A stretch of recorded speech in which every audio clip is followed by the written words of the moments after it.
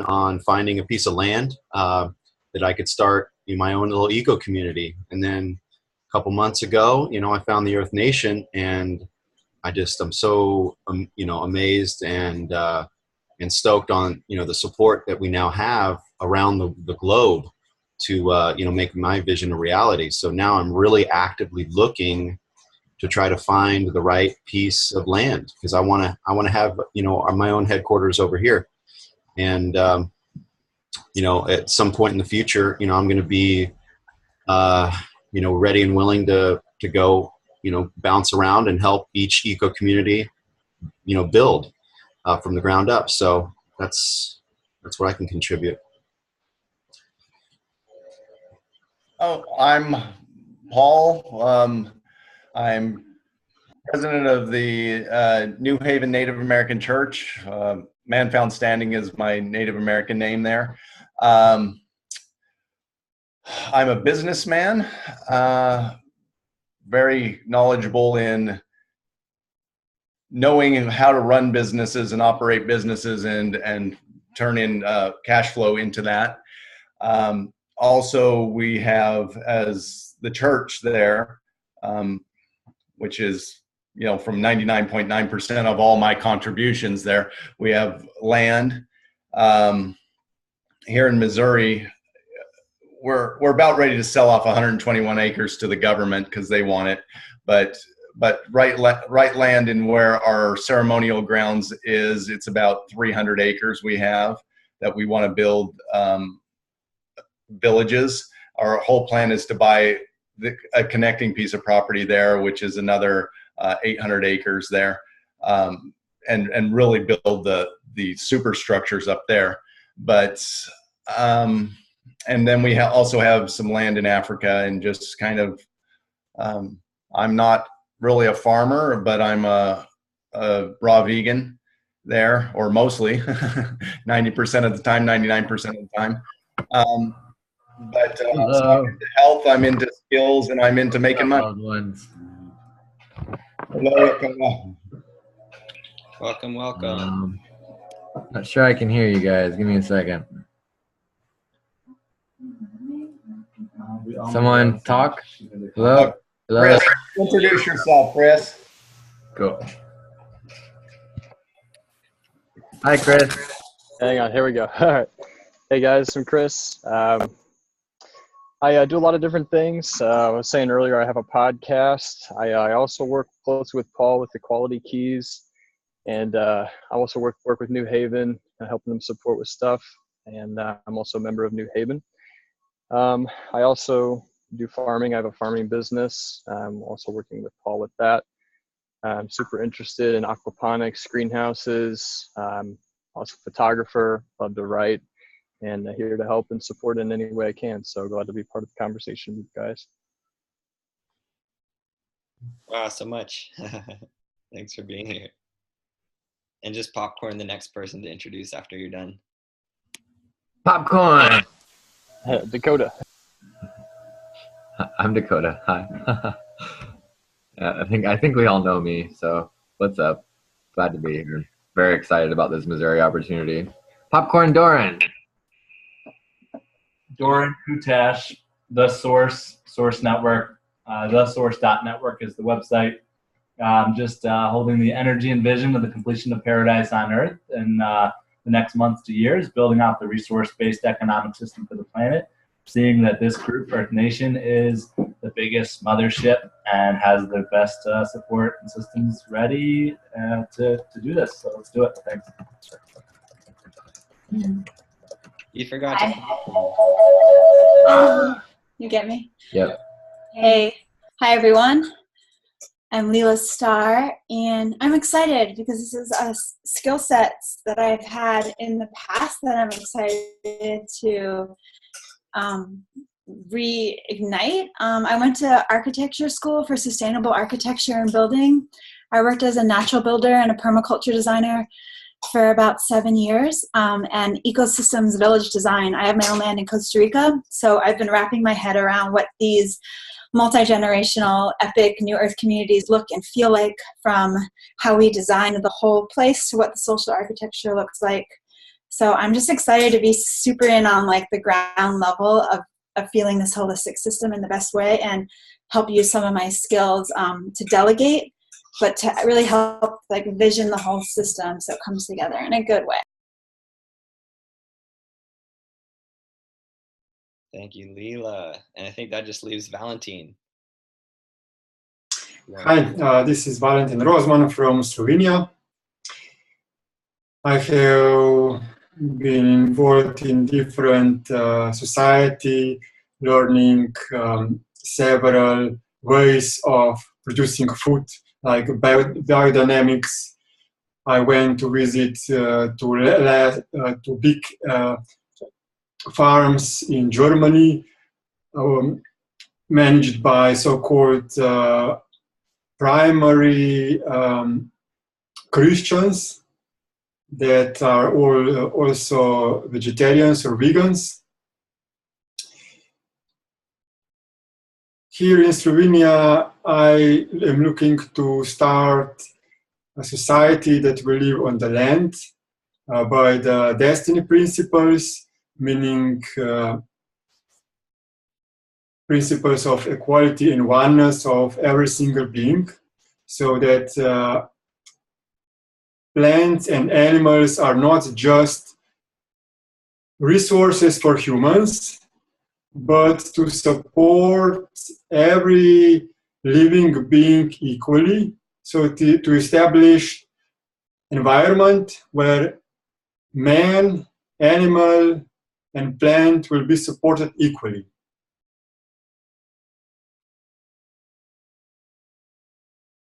And Valentin has been our eco community onboarding coordinator, working together with some of us, and he's got a meeting coming up that we can kind of continue this same vein of land project planning.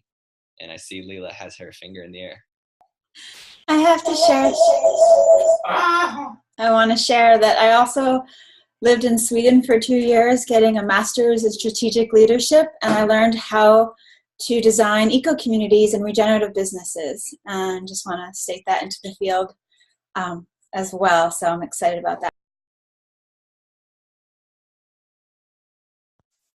That's super awesome. And so this is an amazing team, and it's only just the people who showed up for the meeting. We have a lot more amazing resources as far as people who are interested in building community with us. And I like, just as a point of starting, I was interested to hear more about the African land, to find out what is the story with that from Paul, and what could be possible for us to create on that continent, where I feel like this is like what we're doing is maybe most needed in places where, like, Africa is definitely a place that needs us. So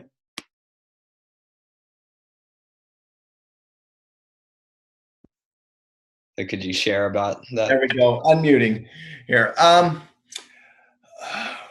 Okay.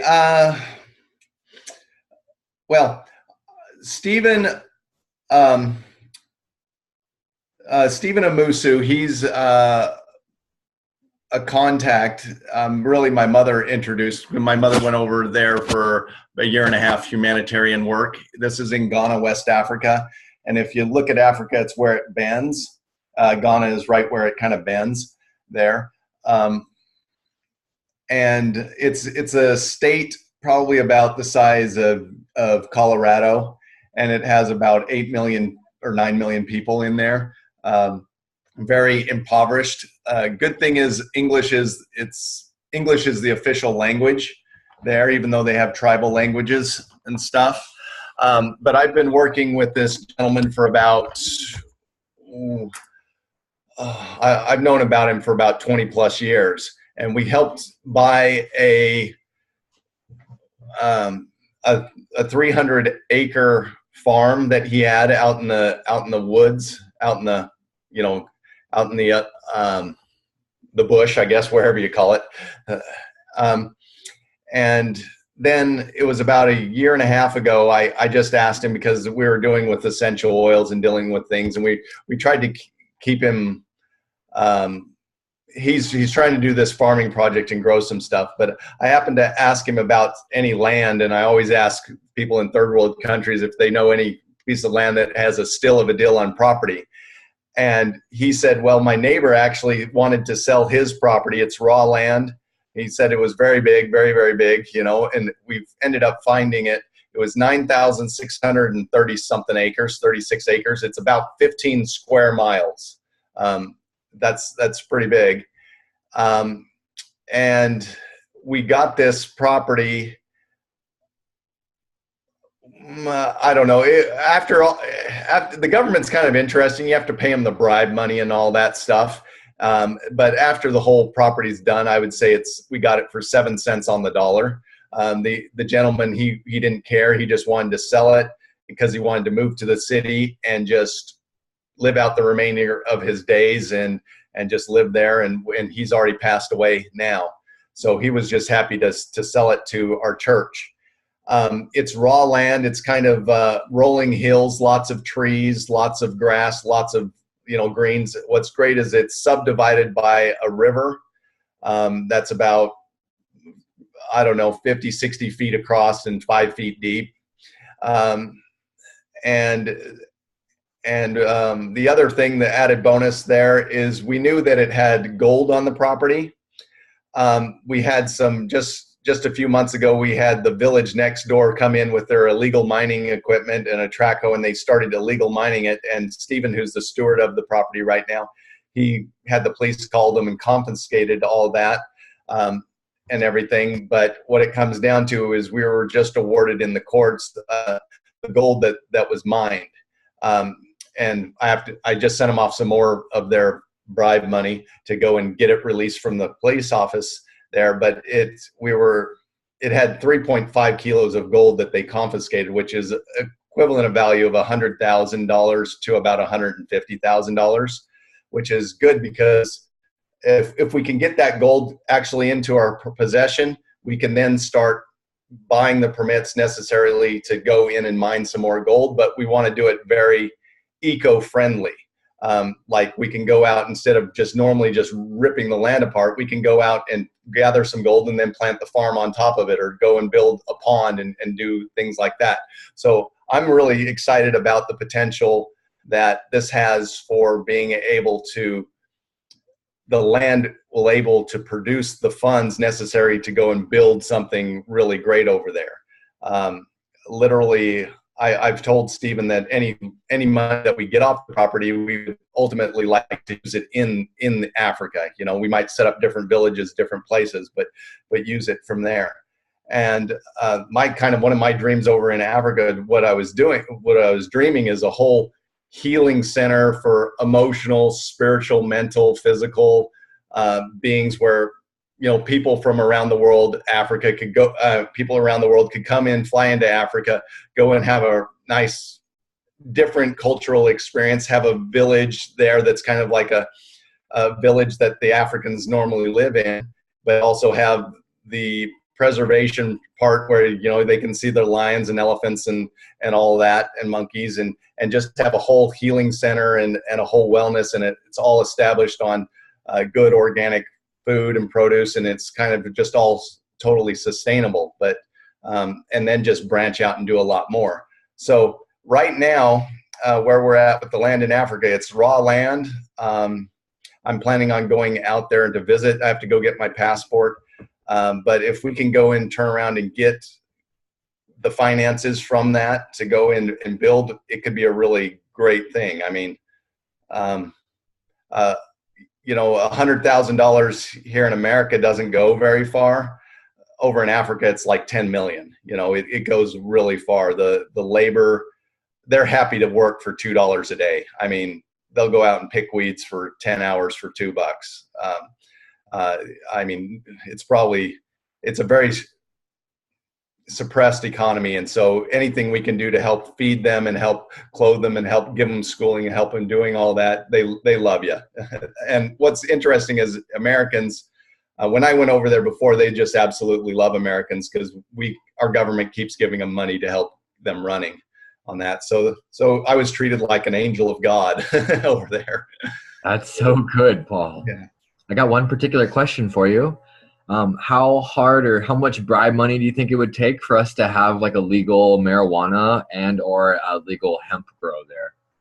Probably 50,000, I would say. It might be less, but I could, go there, talk with the president, but probably, I mean, right now it should be legal, and it is. They have some freedom of religion laws, and since we can show that the Native Americans have used that, as one of their healing sacraments, legally they wouldn't be able to stop it. But we don't want to go through court and battle it all out and do all that and spend, 10,000 or 20,000 in court. I'd much rather go bribe the president and, for a little bit of money, buy him a new Mercedes or something. And then he just is on our side and he's really happy about us, Oh yeah, whatever you want. Hey, can we have some more cheap government land so we can start building other things to help your country grow? Oh yeah. We'll sell it to you for 5 cents on the dollar. So it's not very hard. It's like to be a citizen over there and have dual citizenship.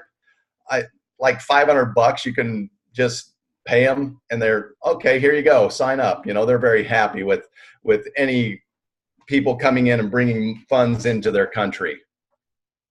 Fantastic. And you think exporting THC products won't be a problem either? It'll just be a matter of getting it into whatever country you want to get it into, right?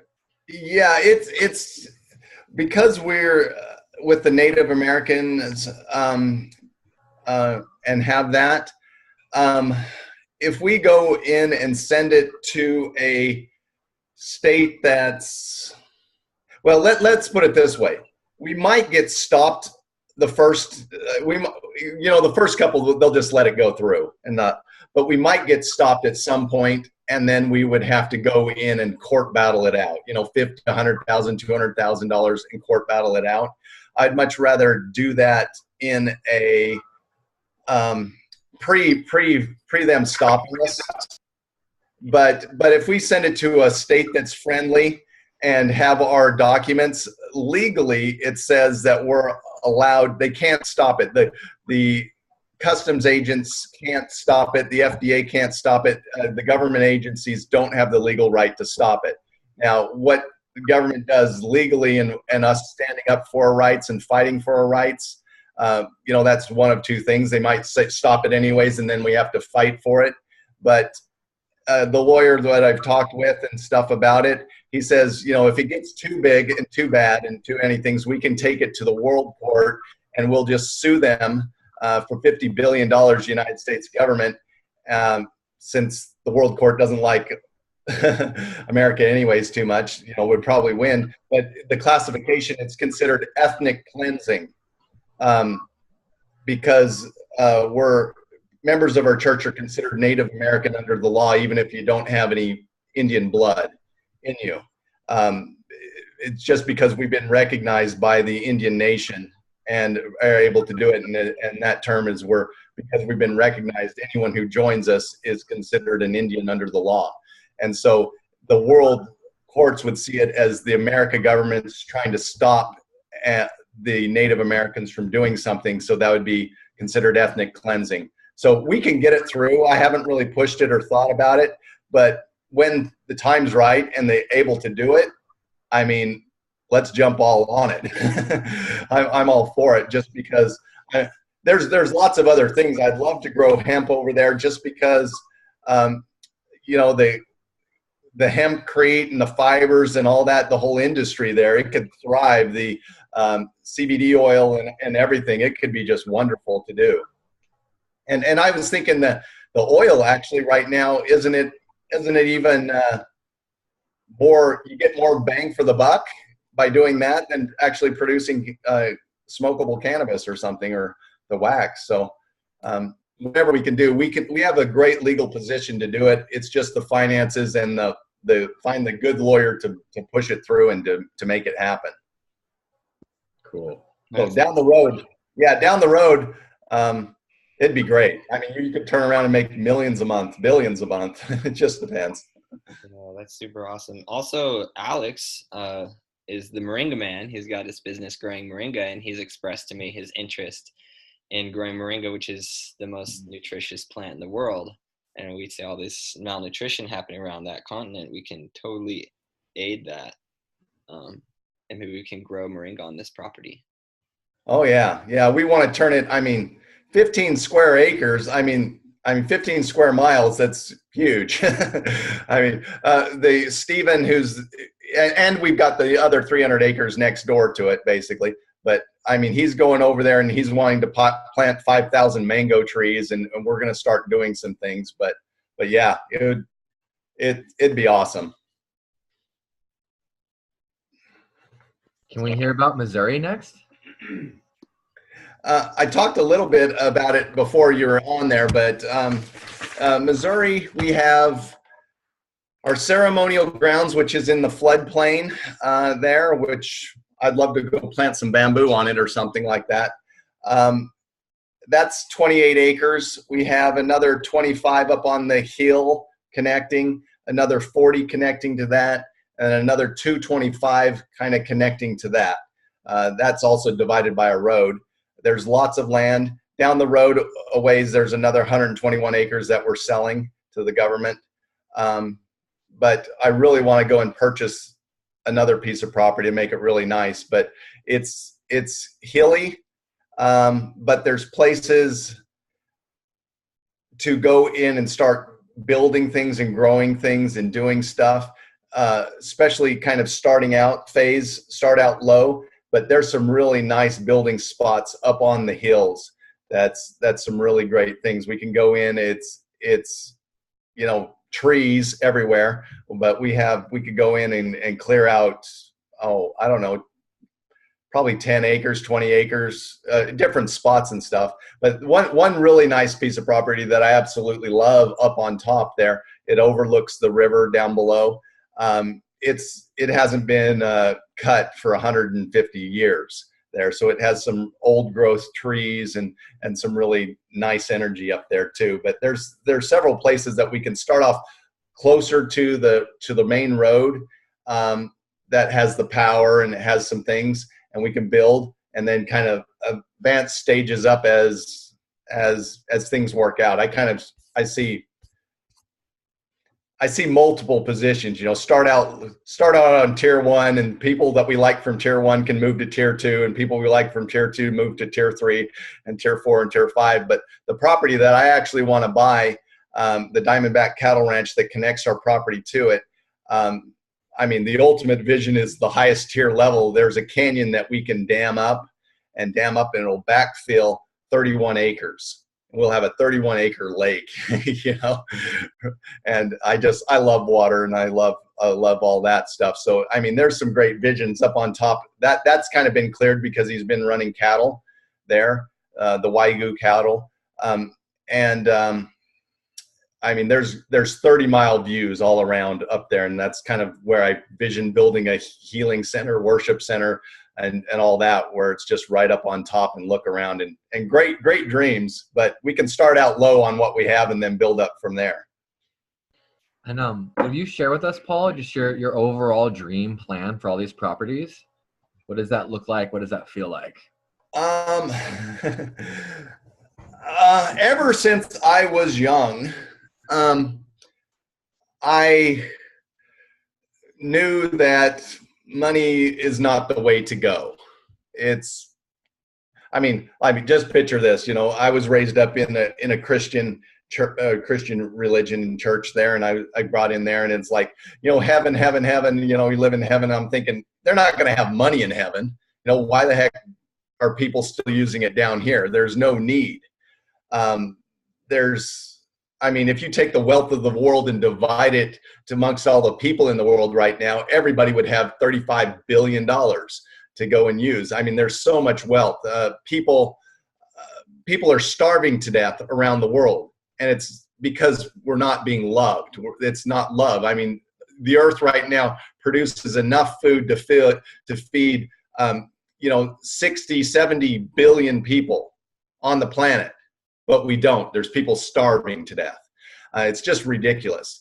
And so the whole vision is to bring a group of people, you know, like-minded, that they want to go off of, want to work together and have everything in common and work together and grow and skip the money, skip all this, and let's just grow and build and get it there. Sometimes the generational gaps might, you know, cause us to get there, but the ultimate goal is just have thriving communities all around the United States, all around the world, that are working each other, that are self-sustaining, not only self-sustaining, that they're actually bringing in an increase. You know, a 10% increase is not a big deal. And you keep bringing in these increases, and you can keep building these communities and keep establishing it. And, you know, if you want to have one village where, hey, look, it's clothing optional, that's fine. You know, you go build the village where it's clothing optional if you want, but you know, I want to wear my clothes next to my house, so I'm going to be living over here. But we can include everybody. It doesn't matter what belief systems they have. It doesn't matter what things they have, as long as they're respectful to other people and are willing to produce, to make it. And one thing I've seen about it is, I mean, these communities that turn around and get together and they're living in poverty for 60 years or whatever, you know, they barely make it or barely survive and all that. It's like, that's ridiculous to me. I told Dakota about this before, but you know, there's like the Vietnamese immigrants that come in, you know, they came in from the Vietnam War, and they came in and they moved into a house, and you'd have 20, 30 of them live in a house. You know, you have the great grandparents, the grandparents, the parents, and all the kids and everything. And it was like, you know, 50 of them, 20, 30, 40, 50 of them living in there. And everybody would go out and get as many jobs as they can. The older people would take and run the house, but everyone would get out jobs and get money and to take it in, bring it in. Well, what they did is then they started buying up the gas station, buying up the, you know, restaurants, buying up the dry cleaners. And then instead of working for other people, they pooled their money and bought these companies. And, you know, it was about, I don't know, 10 to 20 years, really easy. They were all multimillionaires. They all had mansions. They all had their own businesses. They had everything. And that was just because they were all willing to sacrifice and come together and use their money to grow and pool. And kind of the whole vision I see, it's like, if we turn around and, you know, like people come into the community, okay, everybody, you know, every family pays $2,000 a month to the community, but you have your housing, your food, all your needs taken care of. You know, you go borrow a car for the transportation, you have this. I mean, if you have, you know, if you have 1,000 of these families around at $2,000 a month, that's $2 million. Well, down the road, after you pay for the land, after you pay for the houses, after you pay for everything, you're going to reach a point where, okay, we got $2 million this month. What are we doing? Well, let's build the basketball court. Okay, next month we got another $2 million. What are we going to do? Okay, let's build the Olympic swimming pool. Oh, we got another $2 million. What are we going to do? Let's start paving the roads with gold. You know, it can be a very prosperous thing. It can, and I see this all around, that if people come together and work together, it can be abundantly happy for everybody. And so that's kind of where I'm at, is I want to just build alternative communities, healing centers, you know, based around some type of economy, what they want. You know, if one naturally growing food on all that, but also, you know, if you're in one area like Africa, they make great baskets, you know, and they have a community over there that does baskets. We'll have a basket maker and have a wood carving and have this and export it out to America, where the people, instead of getting paid 50 cents a day, they can export it to America, and we sell it in a store here, and we can send, you know, a little bit of money back there where they're getting paid $5 a day, you know, instead of $1 a day. You know, they're abundantly healthy and they're thriving, they're growing. So the whole vision is just get a united group of people that are willing to care about each other and just work and build something great. And if you don't like your neighbor here, it's okay. You can move over to this other community and like your neighbor. I mean, we all live in a community anyways. I mean, I live in the city of Ava. I'm in a community. why not get it where everybody's working together, and then have it where we can just travel around and have our own economy and travel around and just do things. But the ultimate vision, 50, 100 years, is completely be off the monetary system. We don't need it. Someone wants to go and borrow the Lamborghini for the weekend, check it out. Go borrow the Lamborghini and take off, and go enjoy. We can be abundance. That's the way I clearly see it. Paul, what you just described is exactly what I believe in too, and have been working at since I was really young too. So I think that what you just described really resonates with every single member of the Earth Nation. So good to have you with us, my brother. Yeah. So I've got land. Let's go build it. Right. So let's think about like our next steps in moving into embodying this on these lands. I've got some good ones. I think we need a new meeting. Should we hop out of this one and get into the new one? And I'll maybe talk a little bit about the framework I think we need, and then we can all help fill that framework or modify it, adjust it, and add to it. Awesome. Yeah, I see Daniela back there too. I'd like to hear a little bit about her, down in Brazil. And oh yeah. Yeah, I'll create a new meeting. Yes. We'll see you guys in that one. Okay. Text me it over. Okay, I will.